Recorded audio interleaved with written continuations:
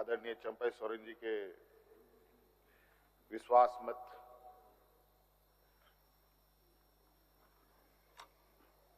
के इस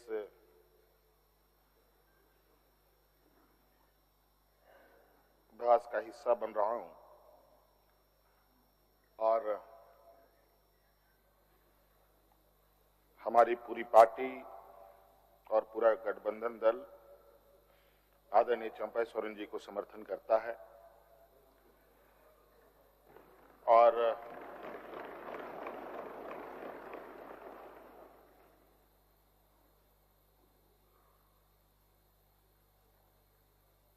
मैं कहना चाहूंगा 31 जनवरी की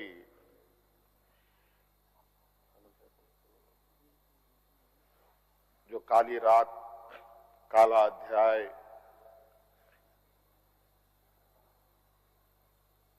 देश के लोकतंत्र में नए तरीके से जुड़ा है।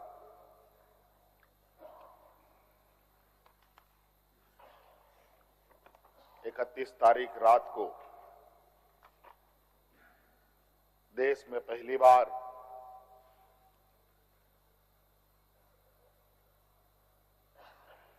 किसी मुख्यमंत्री का गिरफ्तार हुआ हो, गिरफ्तारी हुई हो, मेरे संज्ञान में नहीं है। ये मुझे लगता है ये पहला घटना है और मुझे लगता है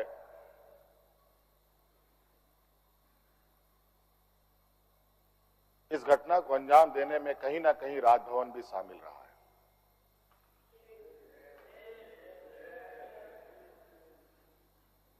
और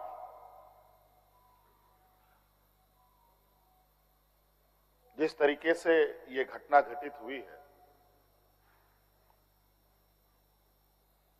मैं बहुत आश्चर्यचकित हूं।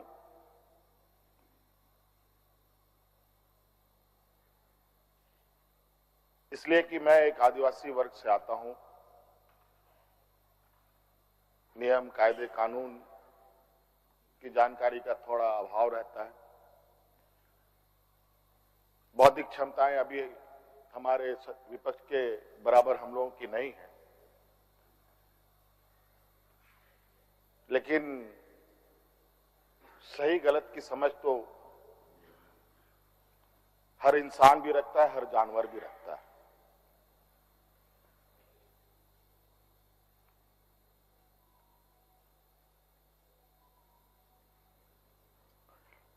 अध्यक्ष महोदय, बड़ी सुनियोजित तरीके से, बड़े लंबे समय से 2022 से 31 तारीख को दिए गए अंजाम की पटकथा लिखी जा रही थी। बड़े तरीके से उस पकवान को बहुत धीमी आंच में पकाया जा रहा था, लेकिन ये इनकी जो पकवान है ये पकने को तैयार नहीं थे। लेकिन इन प्रकार इन्होंने इस आधे अधूरे पकवान को अपने लिए परोसा और बड़ी सुनियोजित तरीके से मुझे अपनी गिरफ्त में लिया है।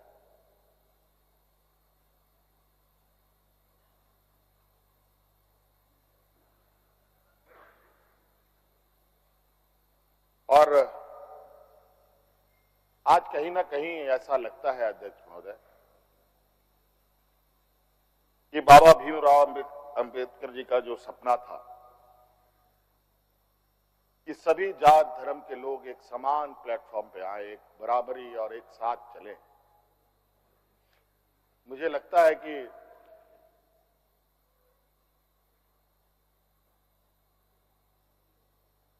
जिस तरीके से बाबा भीमराव अंबेडकर जी को भी अपना समाज छोड़कर बौद्ध धर्म अपनाना पड़ा, ऐसे ही आदिवासी दलितों के साथ भी आने वाला भविष्य में करने की तैयारी हो रही है।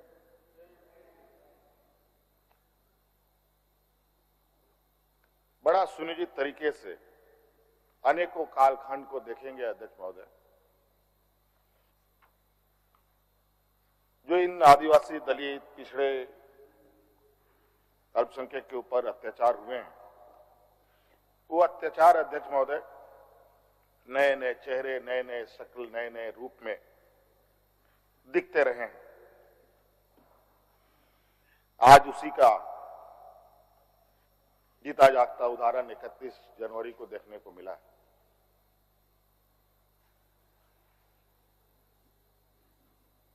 और आज कहीं ना कहीं इन वर्गों के प्रति जो हमारे सत्ता पक्ष की घृणाएं हैं, ना जाने इनकी घृणाएं इतनी, इनको ताकत कहां से मिलती है, ये हमारे समझ से परे है।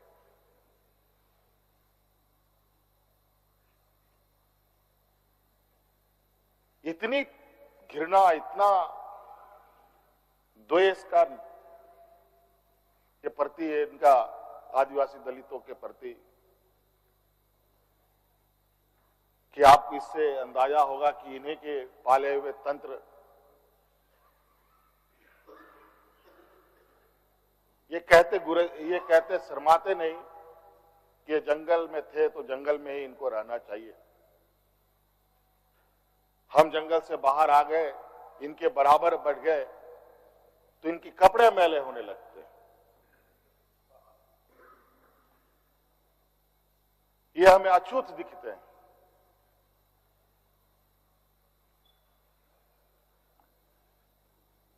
और इन्हीं विडंबना को तोड़ने के लिए हमने एक प्रयास किया था अध्यक्ष महोदय, क्योंकि झारखंड आदिवासी दलित पिछड़ा राज्य है, इन समूह को आगे बढ़ने का, इनका मार्ग प्रशस्त करने में हमने कोई कमी नहीं छोड़ी। इनका बस चले तो हम अभी भी जंगल में जाकर के वही 50-100 साल पुरानी जिंदगी में जिए। और मुझे इसका आभास था अध्यक्ष महोदय, जो इनके अंदर छुपी कुंठा है वो आए दिन ये बयां करती थी, इनके आचरणों से, इनके बयानों से।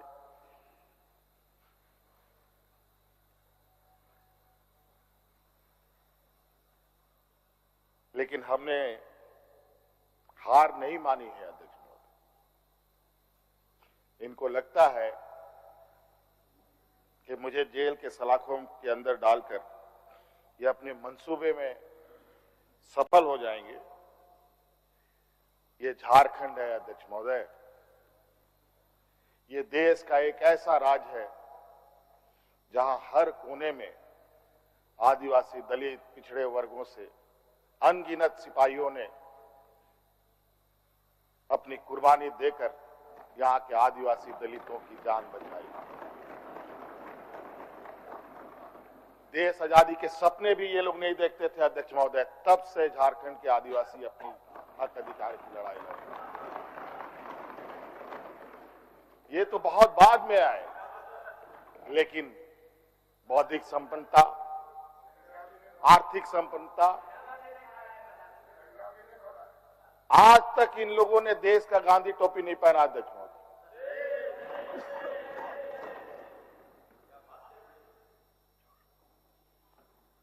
अध्यक्ष महोदय, ईडी, सीबीआई, इनकम टैक्स,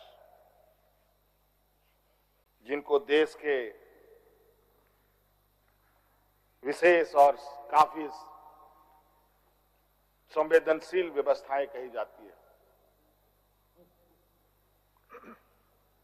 जहां करोड़ों रुपया, 12 लाख 14 लाख करोड़ रुपया डकार कर इनके सहयोगी विदेश में जाके बैठे हैं, उनका एक बाल बाका करने का औकात इनके पास नहीं है। इनके पास औकात है देश के आदिवासी दलित पिछड़े के ऊपर, और बेगुनाह लोगों पर, और उसमें भी गुनाह किया हो तब की बात तो अलग है, बेगुनाहों पर अत्याचार कर।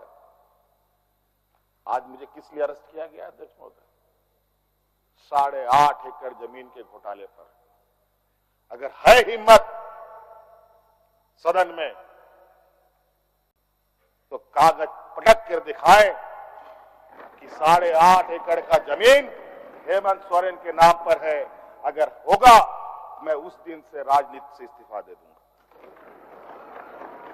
अध्यक्ष महोदय, जब राजनीतिक रूप से ये नहीं सकते हैं तो ऐसे ही बैकडोर से हमला करते हैं, पीठ पर हमला करते हैं। अध्यक्ष महोदय, मैं आंसू नहीं बहाऊं, आंसू वक्त के लिए रखूंगा। आप लोगों के लिए आंसू का कोई मतलब नहीं। आदिवासी दलितों का, पिछड़ों का, आदिवासी के आंसुओं का कोई मोल नहीं। वक्त आने पर हम इनके एक एक सवालों का जवाब और एक एक इनके षड्यंत्र का जवाब वक्त आने पर बड़ी माकूल तरीके से दिया जाएगा। एक्चुअली दुर्भाग्य है अध्यक्ष महोदय इस राज्य का, तथाकथित हमारे राज्य के ही कुछ लोग जो ऐसे सामंती विचार वाले के चरणों में जाकर के झुककर उनकी सेवा और पूजा अर्चना में लगे। नहीं तो इस राज्य की इतनी दुर्दशा नहीं होती। अध्यक्ष, राज अलग हुए 23 साल हो रहे हैं, 24 साल हो गए। अध्यक्ष महोदय, किसने सबसे अधिक राज किया इस राज्य में? ये मुझे बोलने का जरूरत नहीं है, किसी को बताने की भी जरूरत नहीं। सब अपने गिरेबान में देखें, सबको पता चलेगा कौन कहां बैठा, किसने क्या काम किया। घोटाले इनको 2024 से ही नजर आ रहे हैं,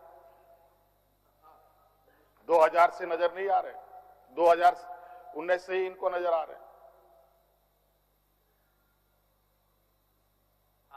आज ये नहीं चाहते अध्यक्ष महोदय, देश का आदिवासी, दलित, पिछड़ा, अल्पसंख्यक देश के सर्वोच्च स्थान पर पहुंचे। ये नहीं चाहते कि ये जज बने, ये नहीं चाहते ये IAS IPS बने, ये नहीं चाहते ये राजनेता बने। इन्हीं के साथ बैठे लोग हैं। इन लोगों ने भी आदिवासी नेता बनाया था मुख्यमंत्री। बता दीजिए इन कितने आदिवासियों ने 5 साल पूरे किए। और मुझे पता था ये मुझे भी 5 साल पूरा करने में रोड़े अटकाएंगे। और नतीजा ये हुआ, आखिरी सांस तक कुछ भी करो 5 साल पूरा नहीं होना चाहिए, रिकॉर्ड में नहीं लिखना चाहिए, रजिस्टर में नाम नहीं आना चाहिए। बस यही। अध्यक्ष महोदय, हम लोगों ने सर झुकाकर चलना नहीं सीखा। यही खासियत है आदिवासियों। लेकिन होता है कि सरसों में ही भूत है तो साला भूत भागेगा का, माफ कीजिएगा, सरसों में ही भूत है तो भूत भागेगा का। यहां कुछ भूत ऐसे भी हैं जिसकी वजह से ये कठिनाइयों का सामना करना पड़ता है। बहुत प्रयास हुआ, जब जब हम लोगों ने अलग राज्य का परिकल्पना किया तब भी इन लोगों ने हंसी उड़ाई कि आदिवासी लोग अलग राज्य लेगा। जब हम सत्ता में आए, आदिवासी सत्ता चला पाएगा, कुछ दिनों में गिर जाएगा। मैं हवाई जहाजों में चलता था अध्यक्ष महोदय, उसमें भी इनको तकलीफ। मैं 5 स्टार होटलों में रुकता था, उसमें भी इनको तकलीफ। मैं BMW कार में घूमता हूं, उसमें भी इनको तकलीफ।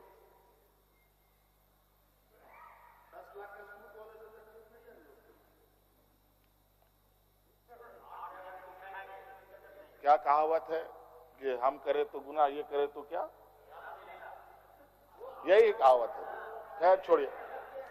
अध्यक्ष महोदय, बड़ा विचित्र स्थिति है।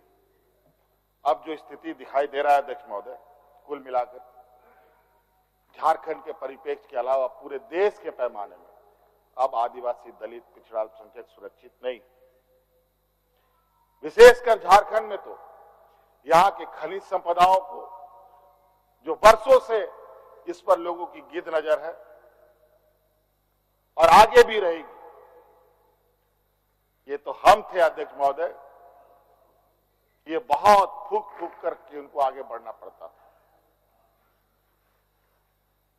ये खुला दरवाजे की आदी हो चुके हैं, इनको कोई रोक टोक नहीं कर सकता। जो इनके सामने आएगा वो इसी तरीके के अंजाम से उसको गुजरना पड़ेगा। और इनको लगता है ऐसे अंजाम देने से झारखंड के लोग घबरा जाएंगे। ये आप लोगों की बहुत बड़ी भूल है, और इतनी बड़ी ये भूल होगी जो झारखंड का इतिहास आपको कभी माफ नहीं करेगा। अध्यक्ष महोदय,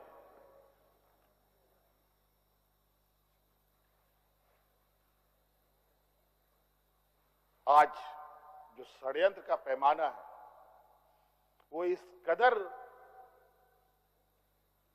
बड़े उसके जो दायरे बने हैं, कानून के अंदर रह करके गैर कानूनी काम करना कैसा हो, ये कर किसी से सीखना हो तो इन लोगों से सीखिए और इनके संस्थाओं से सीखिए। मैं तो कहता हूं, मैं फिर से कहता हूं कि आप लोग दस्तावेज लाइए सदन में, या आपने ईडी और सीबीआई को सपोर्ट कीजिए और कोर्ट में पेश करें। एक भी दस्तावेज अगर आप लोग निकाल के दिखा दें कि हमने 8.5 एकड़ जमीन हड़पी है, तो मैं उसी दिन राजनीति से संन्यास किया, झारखंड छोड़ के चला जाऊं। अब इनको नहीं मिला तो हमारे बीवी, बच्चों, परिवारजनों के खाता बही ढूंढने में लगे। ये पैसा कहां से आया, वो पैसा कहां से आया, ये आया, वो आया। अध्यक्ष महोदय, असमानताएं देखिए इसी सदन के अंदर। जो सरकार के द्वारा उपलब्ध कराए जा रहे ऋण, जो यहाँ के आदिवासी विधायकों को कितने वर्षों के लिए मिलता है और गैर आदिवासियों को कितने सालों के लिए मिलता है।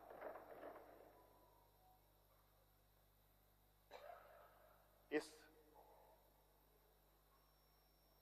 विषय पर गंभीरता से सोचने की आवश्यकता है। देखो, ये बहुत लंबी लड़ाई। आज जिस तरीके से बड़ा मछली छोटा मछली को खा जाता है, सामाजिक व्यवस्था में भी यही कहानी है। एक बड़ी व्यवस्था छोटी व्यवस्था को खाने का हर बरकस प्रयास करती है। प्रभु राम का प्राण प्रतिष्ठा हुआ 22 जनवरी को। राम राज आ गया, पहला कदम बिहार पड़ा। बेचारा एक पिछड़ा वर्ग का व्यक्ति की क्या हद होगी आप जानते हैं।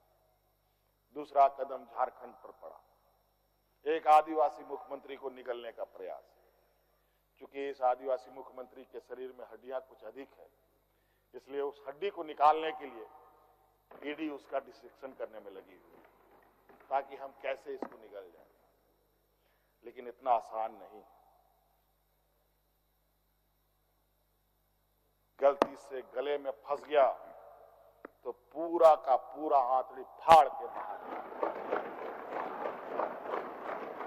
इस वजह से संभल के खाने का कोशिश कीजिएगा। इस वजह से अध्यक्ष महोदय, मुझे कोई गम नहीं कि मुझे आज ईडी ने पकड़ा। जिस तरीके से बंधुदा का सदस्यता लिया, ये आप चुनाव नहीं लड़ सकते हैं। हो सकता है मेरा भी यही आशा करे। सत्ता लुलुपता के लिए हम लोग कभी नहीं आए अध्यक्ष महोदय। लेकिन ये बात मैं इस सदन में कहना चाहूंगा कि झारखंड मुक्ति मोर्चा का उदय झारखंड के मान सम्मान स्वाभिमान को बचाने के लिए हुआ है। और इस मान सम्मान स्वाभिमान के प्रति जो भी बुरी नजर डालेगा उसको हम मुंह तोड़ जवाब देंगे, चाहे राजनीतिक रूप से हो, चाहे कानूनी रूप से हो, चाहे वो किसी भी जंग मैदान में हो। ये हमारा संकल्प है। ना हम पीछे हटे हैं, ना हम लोगों ने पीठ दिखाई है अध्यक्ष महोदय। इसलिए अध्यक्ष महोदय, मुझे तो कोर्ट का आदेश है कि मीडिया के सामने या बाहर वक्तव्य नहीं देना है। तो हमने ईडी वाले से पूछा, क्या सदन में भी बात नहीं रखनी है? तो उन्होंने ये भी कहा, नहीं सदन में भी आप नहीं रख सकते। हम बोले वाह। तो मैंने कहा कि आइए स्पीकर साहब के टेबल में खड़े हो जाइए, बैठ जाइए, वहां से आदेश जारी कीजिए, फिर हम चुप हो जाएंगे। ये स्थिति है अध्यक्ष महोदय। अब उस दिन का इंतजार है। अभी तो गवर्नर हाउस का quorum पूरा हो गया। अब विधानसभा से लोग कब अरेस्ट होंगे, राष्ट्रपति भवन से कब अरेस्ट होंगे, लोकसभा राज्यसभा से लोग कब अरेस्ट होंगे? 150, 200 सांसदों का निलंबन। क्या अध्यक्ष महोदय ये इतिहास के सुनहरे अक्षरों में लिखा जाएगा? अध्यक्ष महोदय, बड़ी विचित्र स्थिति देश में। और मैं ये कहना चाहूंगा अध्यक्ष महोदय, विशेषकर आदिवासी दलित पिछड़े भाइयों से, आप तैयार हो जाएं। अब शोषण की एक नई परिभाषा गढ़ने जा रही है। अगर अपने आप को आपने कमजोर किया तो आने वाली पीढ़ी कभी माफ नहीं करेगी। तो अध्यक्ष महोदय, राज्यपाल महोदय आए और 32 पेज का इन्होंने अभिभाषण पढ़ा। हम लोग लाख चिल्लाते रहे। अध्यक्ष महोदय, अभिभाषण पढ़ के क्या होगा जब देश में लोकतंत्र ही नहीं बचेगा? आज हर चीज पिछले दरवाजे से हो रहा है। अध्यक्ष महोदय, खैर इतना तो हम लोग बुद्धि ज्ञान है नहीं, लेकिन समय ऐसा भी नहीं है, समय से बड़ा बलवान धरती में कोई नहीं है। और वक्त फिर घूमेगा और फिर हम आपके सामने उपस्थित होंगे और इतनी मजबूती के साथ उपस्थित होंगे कि फिर जो षड्यंत्र कर रहे हैं वो षड्यंत्र आपके धरे के धरे रहे और इस देश के और अपने राज्य के आदिवासी दलित पिछड़ों के लिए जो संघर्ष करना होगा वो करते रहेंगे, करते रहेंगे, करते रहेंगे। धन्यवाद। मान्य सदस्य, मान्य नेता प्रतिपक्ष, मान्य नेता प्रतिपक्ष। धन्यवाद अध्यक्ष महोदय। सभी को जोहार, राम राम। नए मुख्यमंत्री पद को धारण करने वाले आदरणीय चंपई सोरेन जी को बहुत बधाई, शुभकामना।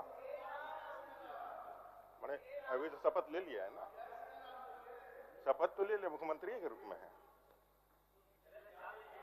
इतना मान्य नेता प्रतिपक्ष, इतना खबर नहीं रखिएगा राजनीति में तो चलेगा।